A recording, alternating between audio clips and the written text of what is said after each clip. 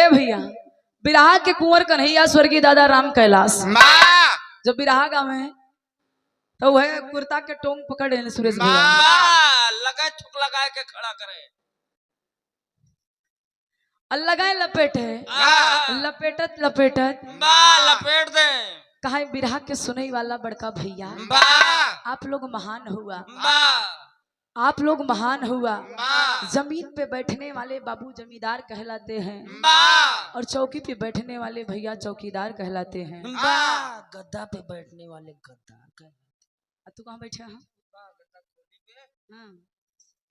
तब दादा गाँव में कहा कोनो दुल्हन के दुल्हा परदेश। पहले के जमाने में मोबाइल ना रहा बड़का भैया, दुल्हन के दुल्हा परदेश दुल्हनिया चिट्ठी लिख लिख भेजत बा लेकिन दुल्हा आवे खातिर ना तैयार बा। एक दिन बड़ेरी पे कौआ बोलीगा नंदिया कहा ए भौजी ए भौजी लगा था भैया आवत है। नंदिया आओ न देखे भौजैया आओ न देखे ताव देखलस भोरे के टाइम में बर्तन धोवा था बर्तन वो धोलब छोड़ देलस धोती उठा के भगलस। धोती उठाए रही हो चल देलस घर में। अब मेकअप उकअप करके गौने वाली साड़ी पहनी के वही गुलाबा में अंगूरी डाल के दुल्हन पेरता दुल्हन पेरत बे बड़का भैया जैसे खूंटा में भैंस पेरे चारा बदे जो हाथ अपने मर्दा की कब यहाँ तब गावत है का गावे भैया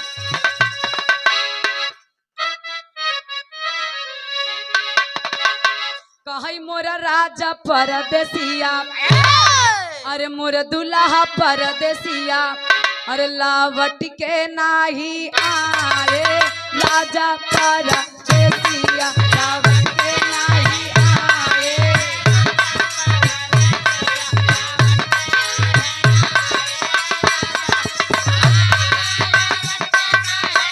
वाह भैया परदेसिया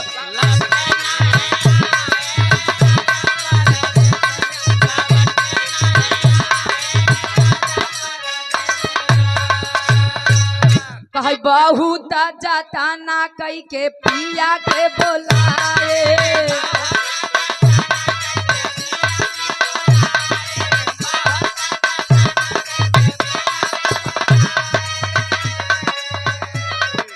पगला नीरा मोहिया मोर डगरिया भुलाए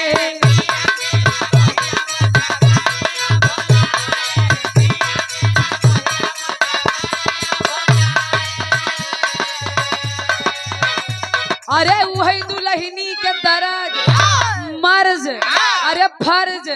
अरे ये कौसा मझना ही दुल्हा परदेसिया लावट के नाही आए।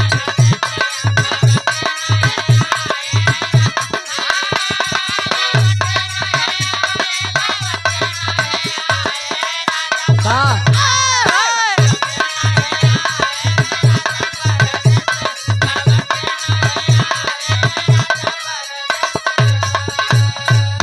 कहीं माघ बीता पूस बीता बीतगा एगा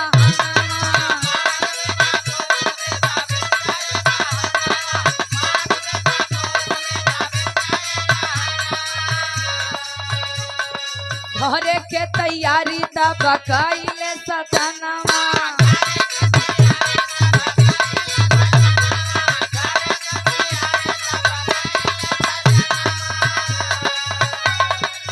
कही है गर्मी के दिनवा दुल्हा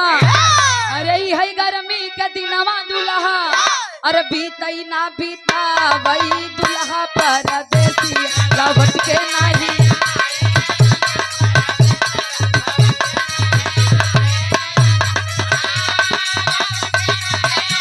वाह भैया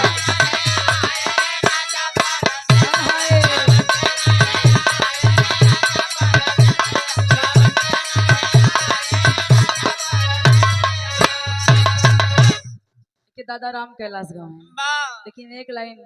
लाल जी लहरी गुरु जी का उतरन भैया का गौला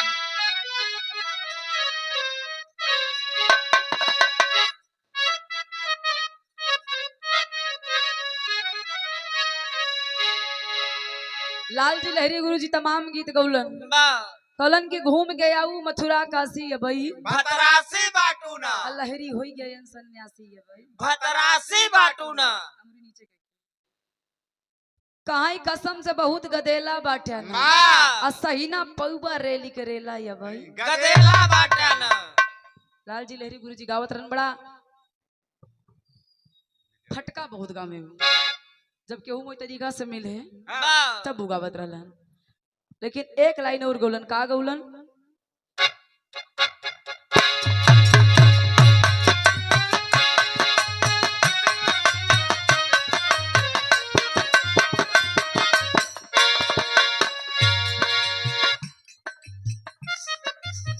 गौलन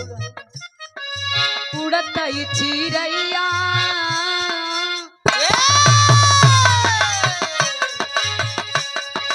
उड़त चिड़ैया काहे मारा बे मनागू उड़त चिड़ैया काहे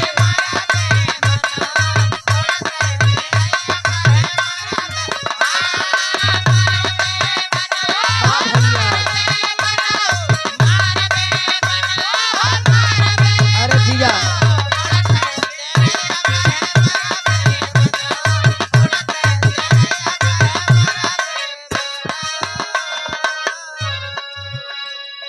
महला पे मारा तू महला पे मारा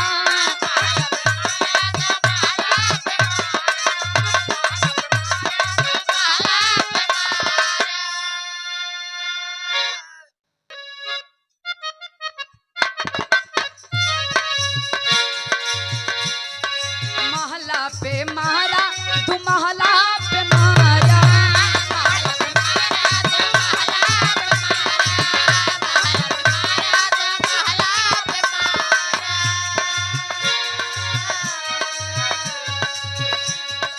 महला पे मारा तू महला पे मारा खिड़कियों के बीच कहे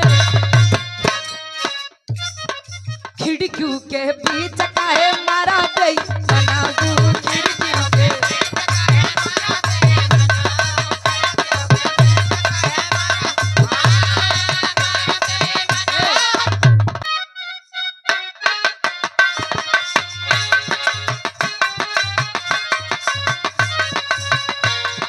कोठा पे मारा अटारी पे मारा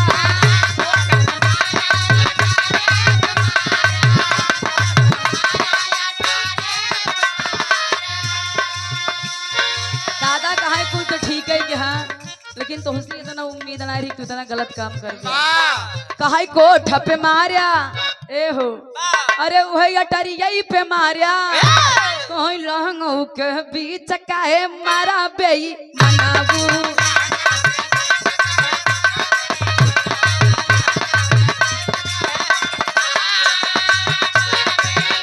अरे भैया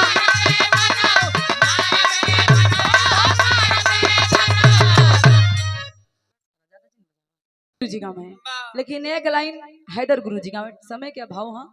पूरा मत बजावा अब कहीं झकोरा मारही झूलनी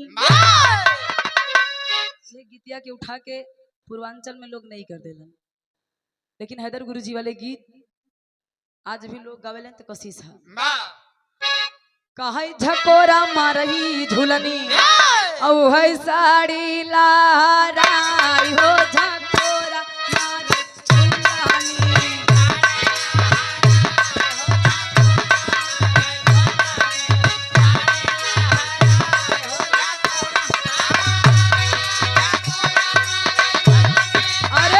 भैया ये है खाटी प्रयागराज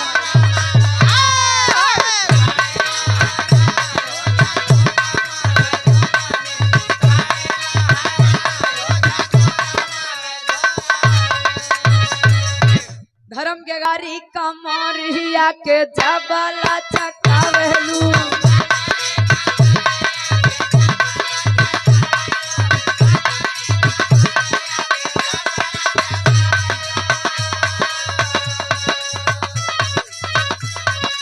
हमारे कर जावई पे बिजूर गिरावेलू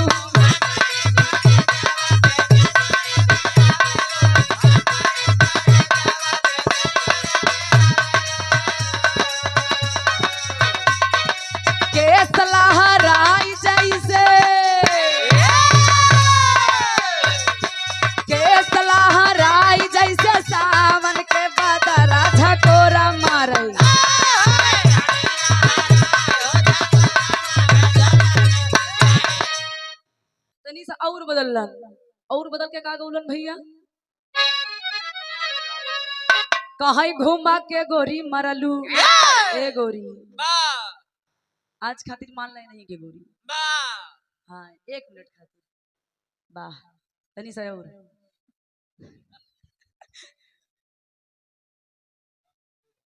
1 मिनट अंतिम लाइन। हाँ का गाँव में भैया,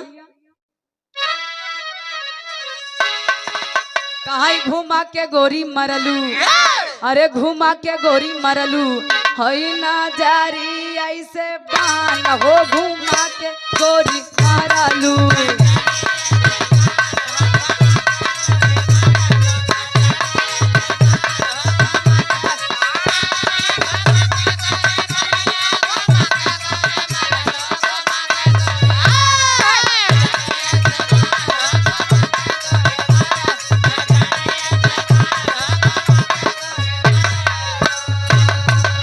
उठा के गोरी मारलू, बैठा के गोरी मारलू,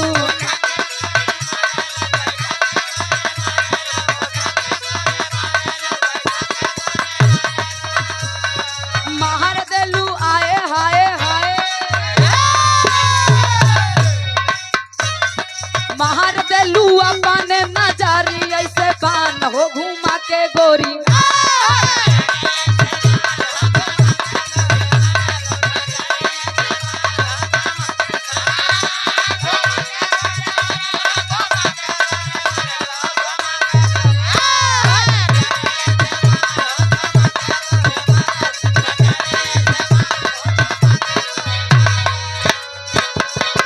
लेकिन एके बदल के हम अपने बिरहा में गोली, मित्रेश भैया एके हम बदल के अपने बिरहा में गोली, अरे राम घुसुरी गई कुतिया, ए भैया घुसुरी गई कुतिया, अरे डोली आई में झारी हो, घुसुरी गई कुतिया।